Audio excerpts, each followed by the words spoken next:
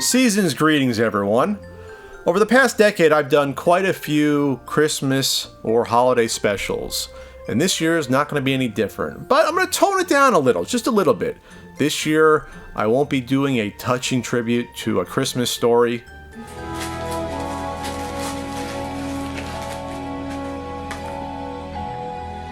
Magical Chase?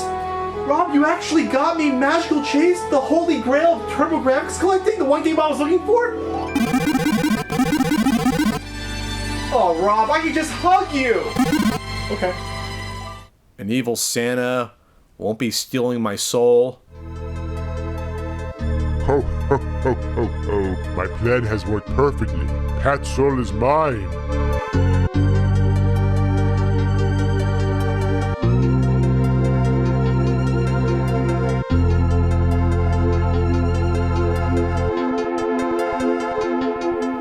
I won't be annoyed by an awful ex-girlfriend.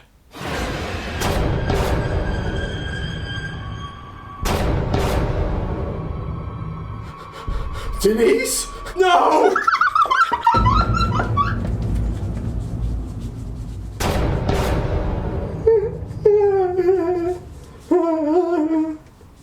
Frank won't beat me up. Now get me out of here so I can go back to making strufoli. I'm not exactly sure how this works, Frank. I think it's the Christmas spirit. You better get me out of here right now or I'll beat the Christmas spirit out of you. That's not very jolly at all. You want to see jolly, you little son of a... I can't believe you dragged me over in the middle of cooking. Everything's going to be ruined. This isn't jolly, Frank. Yeah, I'll give you jolly. Never do that again. I'm sorry. All right. And I probably won't end up shirtless. Seriously, who dresses like that? Only someone really starved for attention. What? Yeah, that may have been a mistake. I probably should have cut down on the Italian pastries. Either way. Alright. 'Tis the season. Gift giving makes us feel better, and receiving gifts is great. So I want to remember the happy times during this awful year. So what I want to do right now is share with you all, these are all the video games I ever received as presents for Christmas, going back 35 years. All of them to the best of my knowledge and to the best of what I can remember. Doesn't count if I was given $50 from my grandparents and that went towards a game I bought after Christmas, or if I used allowance money with Christmas money towards a video game. No. These were all gifts that were given to me around the Christmas season. I hope you all enjoy. Let's go back to the mid-'80s when I was young, plucky Pat. Before the NES, my video game experience was somewhat limited. My father had the old Coleco Telstar Ranger Pong clone console with a light gun pistol that would get you killed if the cops saw you carrying it. My cousins would sometimes let me play the Atari 2600 if I was lucky. There was the odd visit to the Spaceport arcade in the mall. And my father had an IBM XT. On it, he bought himself F-15 Strike Eagle. He would bring home pirated games on disc from work. Sorry, Dad, hope the FBI doesn't come after you. And he bought me Commando, which I loved in the arcade. So up to this point, the highlights of my Christmas gift receiving career were probably stuff like the G.I. Joe Tomahawk helicopter, or maybe the Chuck Norris Karate Commandos figures I got. But things would change once you got to 1987. A new system called the Nintendo was becoming slowly but surely a hot item, and more commercials were appearing on TV, and classmates were starting to get it. So after being exposed to this system, I added it to my Christmas wish list for 1987. So I was very happy, but still surprised, that I received it that Christmas. I got the control deck version with Super Mario Bros. Packed in. It wasn't the action set with the Super Mario Duck Hunt combo cart and the zapper, but I was still really happy to get it. Besides Super Mario Bros., I was lucky enough to receive 2 additional NES game packs, Spy Hunter and Ikari Warriors. Both were games that I played in the arcade, while my father was probably playing Operation Wolf. He smartly realized these were NES games, so he decided to pick them up. Well, one was technically a gift from my uncle, but he wouldn't have known I liked the game unless my father told him. Unfortunately, the NES port of Ikari Warriors is atrocious. But you probably already know that since you already saw my past Christmas video covering that game and Spy Hunter. But Spy Hunter is pretty good, and obviously Super Mario Bros. Is excellent. So 2 out of 3 ain't bad.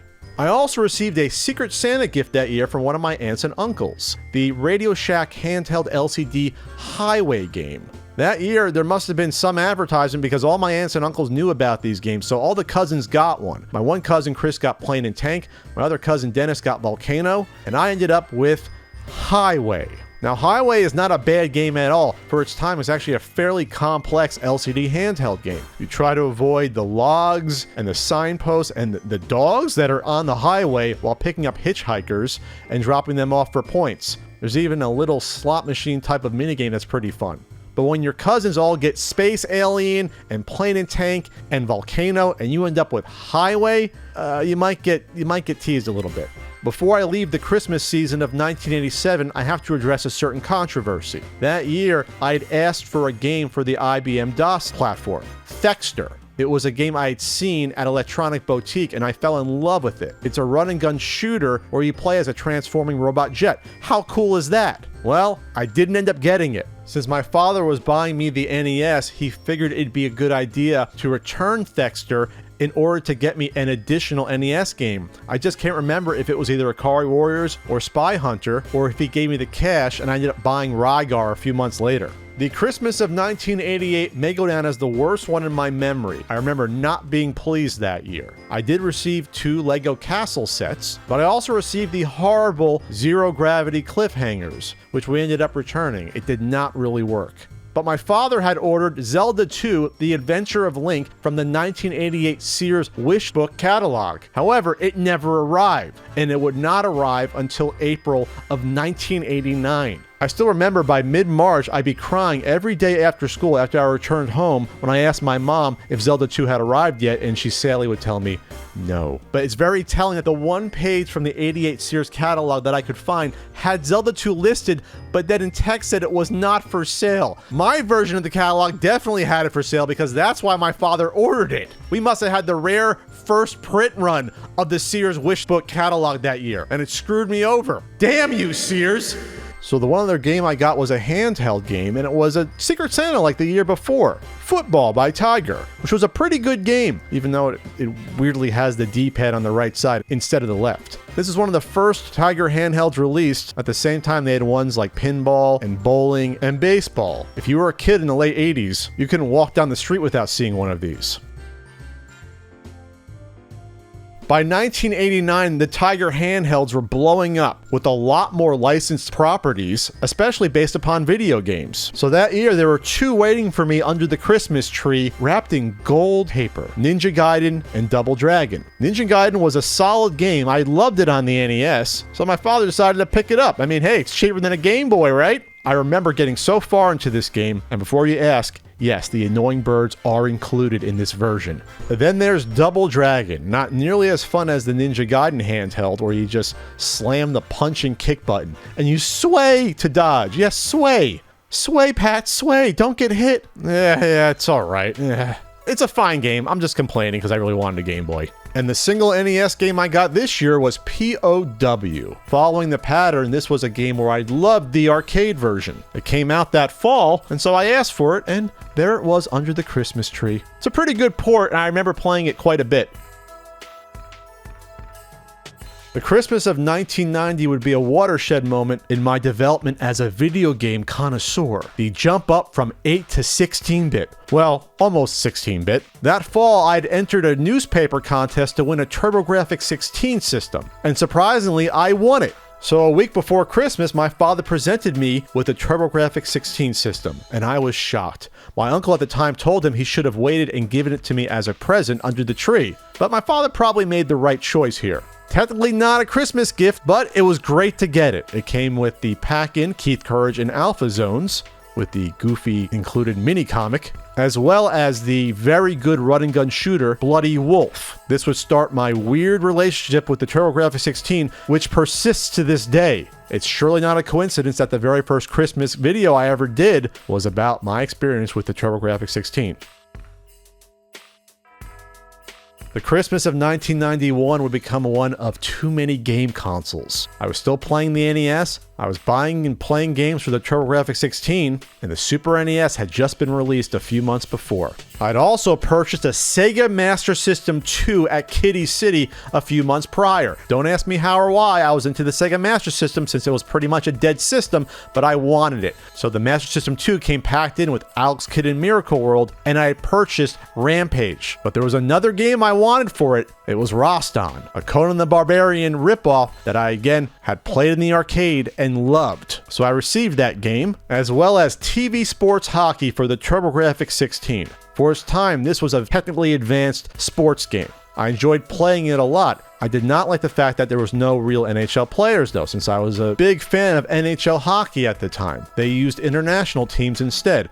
But still, for the time, it was a solid game. The twist this year, though, is that I really wanted a Super NES, but my father was not willing to shell out the extra money to get one for me. So what he did was gave me a proposal. I would return some of the gifts I got for cash and use that along with any Christmas gift money in order to purchase it, which is what I did. So Roston, I hardly knew ye. It was gone, as well as the Robin Hood Prince of Thieves figures I had received that year. But getting the Super Nintendo set, along with the pack-in Super Mario World, that was probably a good trade-off looking back.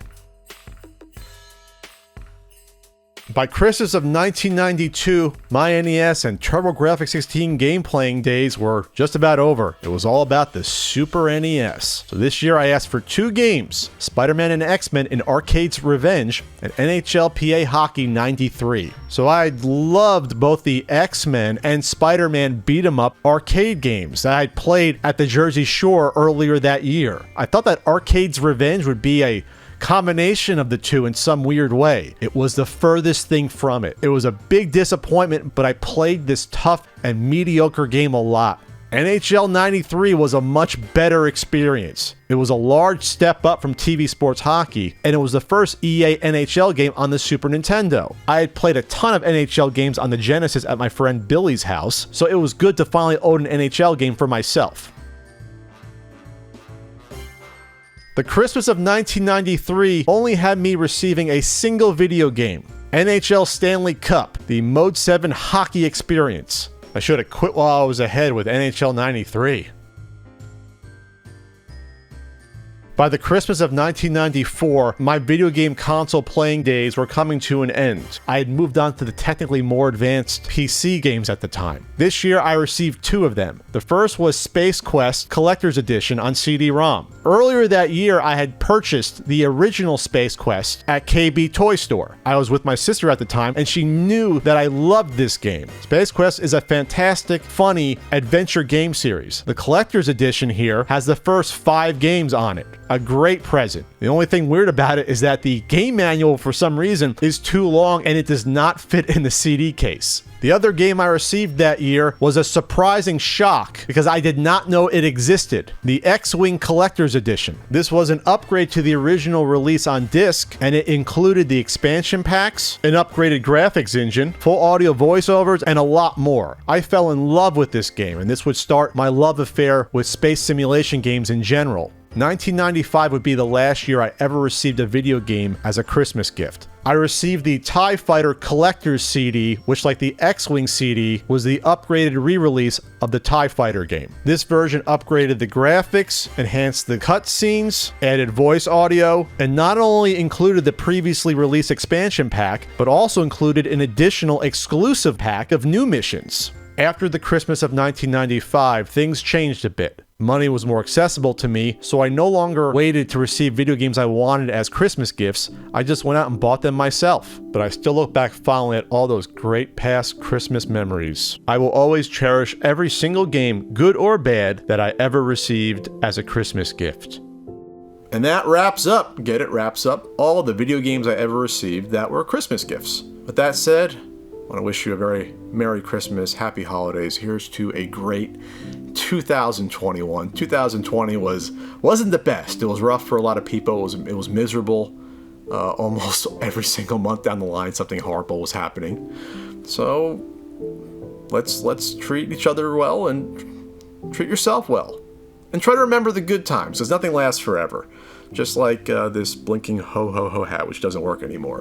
And nothing lasts forever. Everything fades. So I'm going to remember right now one of the best times of my life, one of those instances of joy and happiness that I'll try to think back on when times are tough and things seem like they can't get any better. So when I got the Nintendo Entertainment System Control Deck, I was so happy to get this. Oh man, the fun I had. The most incredible video game ever. Go on the spellbinding adventures of Super Mario Brothers. That's right. Happy holidays, everyone. I'll see you next year, right?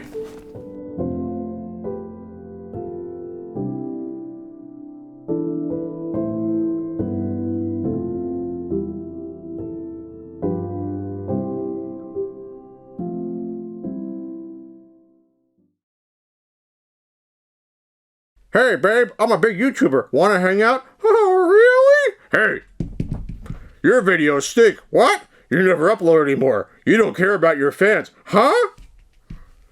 I know what you need. No, a corporate sponsor. Leave me alone. No, you need my cash. I hate you, I hate you, I hate you. No, leave me alone. Yet, I find you strangely attractive. Of course you do.